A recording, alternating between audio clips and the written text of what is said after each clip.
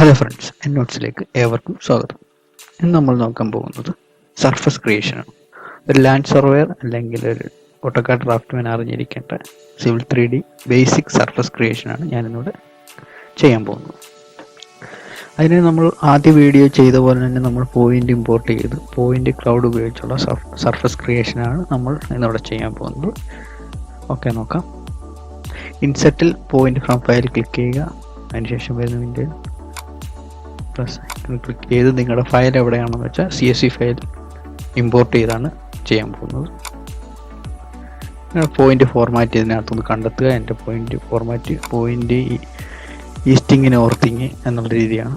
അതിനുശേഷം ഇവിടെ ഇത് ടിക്ക് ചെയ്യുക. ഇതാണ് ഇവിടെ നമ്മൾ സർഫസ് ക്രിയേറ്റ് ചെയ്യുന്നതിന് മുന്നായി പോയിന്റ് ഗ്രൂപ്പ് ഉണ്ടാക്കുന്നതിന് വേണ്ടിയാണ് നമ്മൾ ഇവിടെ ഗ്രൂപ്പ് ഉണ്ടാക്കുന്ന ഓപ്ഷനാണിത്. അതിനുശേഷം പോയിന്റ് ഓപ്ഷൻ ഐക്കണിൽ ക്ലിക്ക് ചെയ്ത് ഗ്രൂപ്പിന് പേര് കൊടുക്കുകയാണ്. ഞാൻ NGL എന്ന രീതിയിലാണ് കൊടുക്കുന്നത്. ഓക്കെ, ഇപ്പോൾ നിങ്ങളുടെ ഇവിടെ പോയിന്റ് ഇമ്പോർട്ട് ആയിട്ടുണ്ട്. അതുപോലെ തന്നെ ഇവിടെ ലെഫ്റ്റ് സൈഡിൽ ടൂൾ സ്പേസ് ഡയലോഗ് ബോക്സിൽ ഇവിടെ പോയിന്റ് ഗ്രൂപ്പ് എന്ന രീതിയിൽ നമ്മുടെ NGL എന്ന് പറയുന്ന ഒരു പോയിന്റ് ഗ്രൂപ്പ് ആഡ് ആയതായിട്ട് കാണാം. അതിനകത്ത് നമ്മുടെ എല്ലാ പോയിന്റും കാണാൻ കഴിയുന്നതാണ്.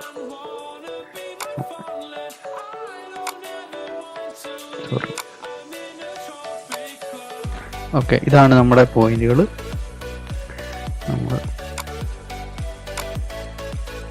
എനിക്കിവിടെ പോയിന്റ് നമ്പർ ഉള്ളി മതി.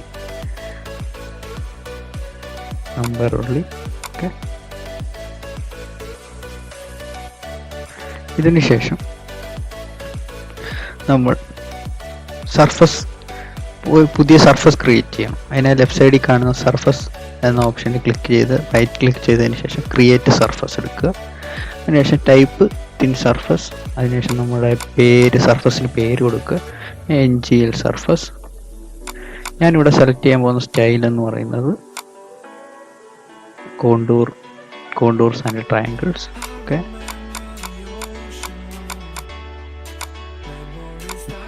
Okay, okay.